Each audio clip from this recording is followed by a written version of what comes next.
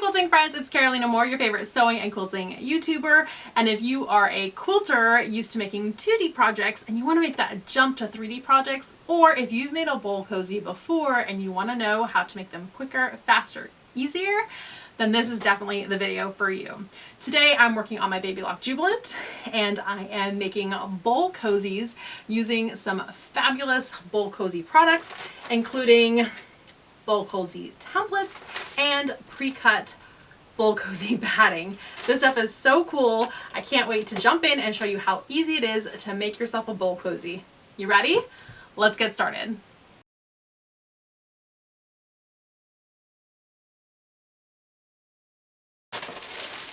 So I have here a couple different pre-cut battings. So this is the large pre-cut bowl cozy batting, and this is actually a plate cozy batting because yes, they make plate cozy batting as well. These pre-cut battings are already 100% cotton, so you don't have to go through your scrap batting and go, ooh, is this cotton, is this polyester? Because if this is going to be used in the microwave, you want to make sure that you're using a cotton that is okay to use in the microwave. I'm really nervous about putting things in the microwave. You can make these and never put them in the microwave, and that's okay, but you definitely want to make sure that if they're going to go in the microwave, they're microwave safe, which includes 100% cotton batting, 100% cotton thread, and 100% cotton fabric. So your whole project is cotton all the way throughout. Also, I wouldn't have any fabric with any kind of metallic on it because I don't know how that's going to respond in the microwave either. So we have these pre-cut battings. These have been out on the market for a little bit, and hopefully your quilt shop carries them. If not, ask them about it. And I've got links down below if you're looking to find pre-cut battings for bowl cozies and plate cozies online. But there's now a new product out on the market, and I'm so excited. This is the bowl cozy template, and you can see it's two parts. There's actually a small bowl cozy template and a large bowl cozy template. And these are designed, so they fit inside each other just for easy storage, but they're designed for using the big bowl cozy batting or the small bowl cozy batting. So I'm going to show you how easy that is. I have this half yard of fabric, and I'm just going to fold it in half and fold it in half again. And I'm making sure that I'm lining up this fold and that this fold in here is flush. Because sometimes you can get like a pucker in your fold. We don't want any puckers in our folds. We want this all flush. Now with this half yard, I can go ahead and take my large bowl cozy batting, and I'm lining up, it says folded edge and folded edge on here. And I'm making sure that this edge is folded, this edge is folded, and these are my raw edges. And yes, there's a folded edge up here because this is a half yard, but I'm leaving that alone. Now some of you are going to say, oh my gosh, Caroline, look at all that fabric waste. I hear you. We can go ahead and make this less wasteful just so that we don't cringe quite so much, because I understand. So I'm going to fold this just big enough for my template and a little bit of extra room here for my selvage. There we go. And then I'm going to fold this with the smaller edge on the outside so I can see it and make sure that everything's lined up right. There we go. And I don't have to fold it in the middle. There we go. I can fold it a little over to the edge. And so now all of this and all of this up here is going to be my much bigger scrap, and I'm not going to make quite the Swiss cheese out of my fabric that I would have otherwise. Okay, there we go. Much better fabric-wise. Now I know there's a hole in the middle. We're going to ignore the fact that there's a hole in the middle. The hole in the middle is so that we could get two templates for the price of one, but it is not for cutting. We're just going to cut on the outside of this template. This has that great Creative Grids grippy on it. So I'm going to cut. And this is just a regular 45mm rotary cutter, even around that curve. Cut. That was a lot of layers of fabric, and I think I need a new blade in my rotary cutter. There we go. I'm going to carefully spin this so I'm not cutting towards myself when I cut this last corner. And yes, I have a rotating mat. I just didn't grab it out for this project. There we go. So I have my selvage and I have some nice big scrap pieces that I can use with scrap tape. Now we're going to unfold this, and because I put this on the fold and the fold, it's going to be one big piece, actually 2 big pieces. I cut both at the same time, and now I can grab this large bulk cozy batting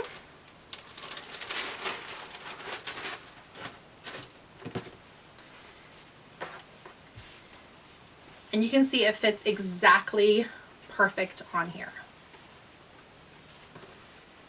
So this is all ready to go, no little fussy cutting. This makes making gifts so much faster if you're making all these bulk cozies as gifts. So there we go, there's one.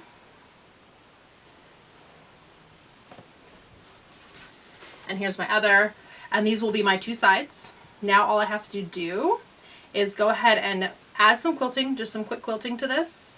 Just a couple lines to keep my layers together. And then I'm going to stitch these darts closed. And stitching these darts closed is just as easy as folding the dart, stitching all the way to the end.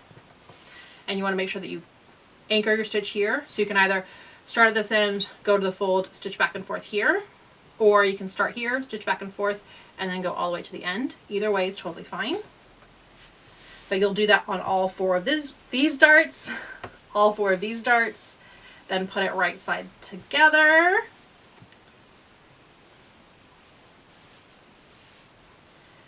And stitch this closed. Now I have my sewing machine, and the best thing is to make sure that you have this with 100% cotton thread, both on the top thread and on the bobbin thread. It's important in both spots, 100% cotton. If you have a walking foot for your machine, now's a great time to break out your walking foot. But if you don't have a walking foot, that's also okay. I'm not going to do any super fancy stitching on this, and it is just 1 layer of fabric and 1 layer of batting. If you are more worried about it, you can up your stitch length a little bit, and I think that always looks a little nicer on top stitching. So I've upped my stitch length to a 3.5, and I'm just going to follow those fold lines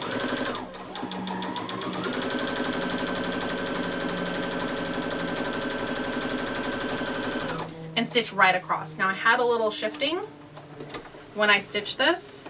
These bulk cozies are super forgiving. I'm not really worried about it. So you can see it shifted a little bit off of that V. Totally okay. Promise, it'll be okay.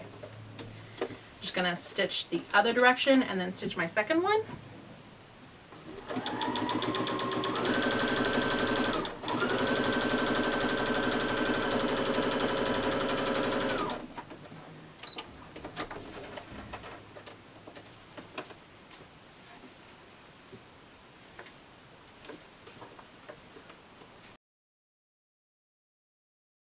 You can see nothing fancy, just keeping those layers together, but you can absolutely do more decorative stitching on these if you like. I'm going to make sure to bring my stitch length back down to 2.5, which is my 2.5 is my regular stitch length.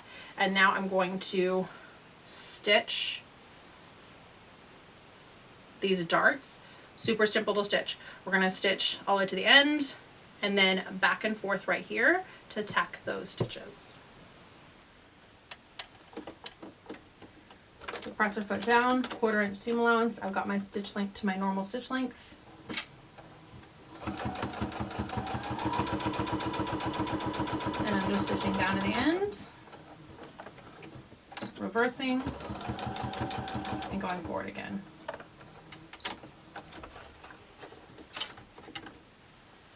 And I'm going to repeat this for all 8 darts, 4 on each side.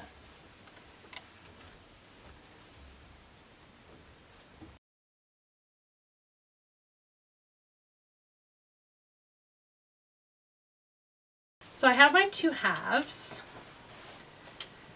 and you can already see the 3D-ness of them. I'm going to put them right sides together, which they aren't going to lay flat. They just aren't, because they're not flat anymore. We've made a 3D object. How cool is that? And what we want to do is we want to pin all the way around, but we're going to start in 4 spots, and those 4 spots are going to be these darts, because this project is going to look nicest when the darts line up. So let's pin at all 4 darts.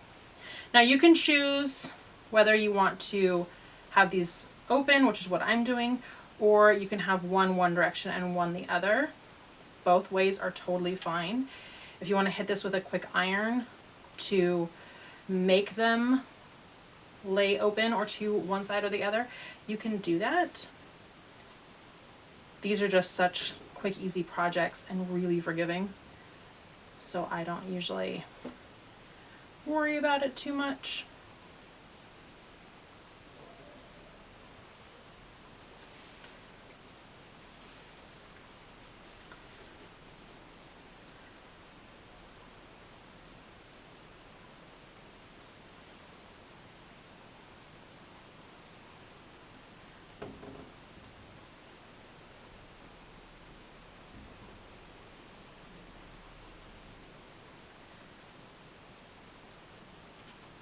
There we go.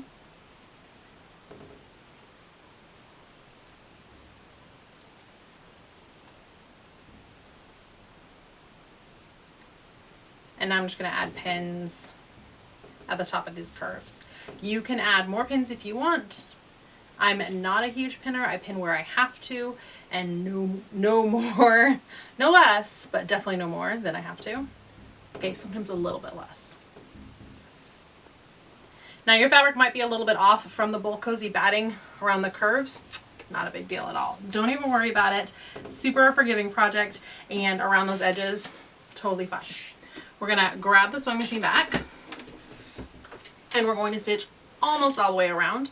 We want to give ourselves from just past a dart to almost a curve, and that should be enough space for us to turn this right side out. The reason we're picking just past a dart to almost a curve, so I'm going to start here at almost a curve, and I'm going to sew on my batting here. That part is a little straightaway, and that straightaway is going to be the easiest spot to close a hole. Trying to close a hole around a curve later is trickier. Okay, when we get up to one of these darts, and mine folded over, not a big deal. Just gonna lift up our presser foot and pivot. I'll show you again at the next dart. If you are a precision quilter, you will love how easy this is. If you're not a precision quilter, you will love that it is so forgiving. So we're gonna go up to the top of a dart, lift up the presser foot, turn, put the presser foot back down, and keep going.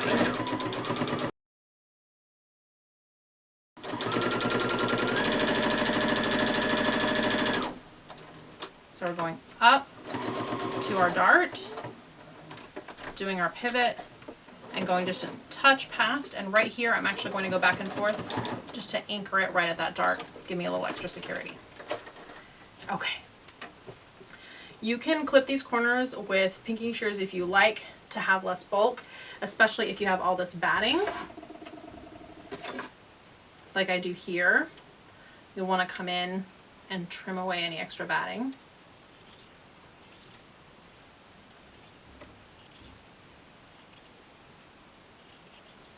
And if you do that, you don't have to worry as much about extra fabric in these curves. These curves are pretty generous, but if you are worried about it, I will show you how we resolve that.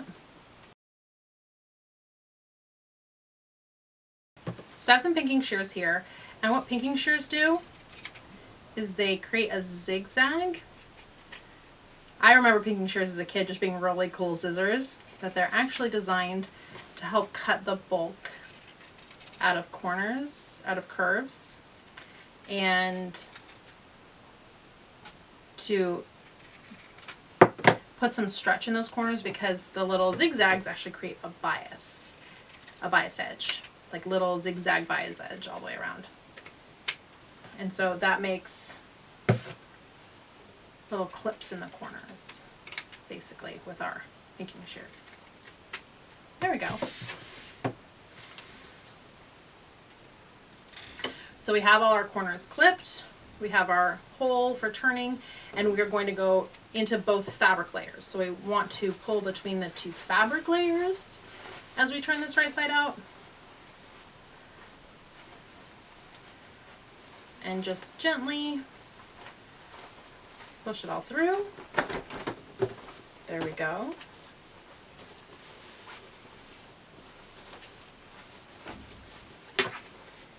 And you want to smooth out your two layers. Remember when we smooth this out that it isn't going to smooth flat like a quilt. It's going to smooth like a bowl. So I'm going in and I'm just kind of picking up my seam to pull this up. But you can also use something like a Purple Thing, and I have a link to my little Purple Thing video here if you're interested in the Purple Thing. And we find that spot where our hole is. We can put the Purple Thing between the layers and that'll push out our curve. It's got a nice point on the end, but not a sharp point, so I don't have to worry about poking through my fabric and damaging anything. So this is great for poking out those layers. Now there's one last step, and that is closing up this hole. And the way we're going to close up this hole in a really pretty way is by stitching all the way around the project, which will both close up the hole and give a nice finished edge. So I'm going to use a couple pins. That one has a bend in it. There we go. So nice straight pins to pin this hole closed. There we go. And if you want to add a couple pins around the edges to kind of keep those layers smooth, you can. And because we have a 1/4 inch seam allowance, we want to go 1/8 of an inch from the edge. And because we bumped up our stitch length when we did our little quilting stitches, I'm going to go ahead and bump up the stitch length here. There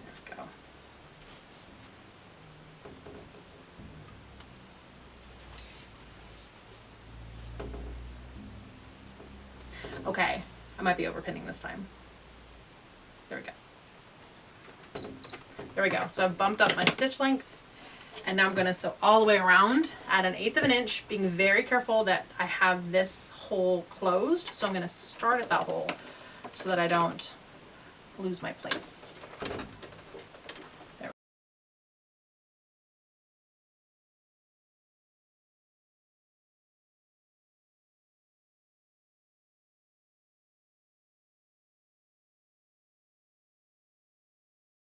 So it's all sewn up. I'm just going to smooth out those layers, give it its shape, and then it's ready for my little casserole dish. This is the large bowl cozy, and it's perfect for my casserole dish. How cute is this fabric? If you enjoyed this video, give it a thumbs up. If you have any questions or comments, leave those down below, and make sure you're subscribed to this channel. I have so much more quilting fun to share with you. That's it for today, friends, but I will see you right here real soon. Bye for now.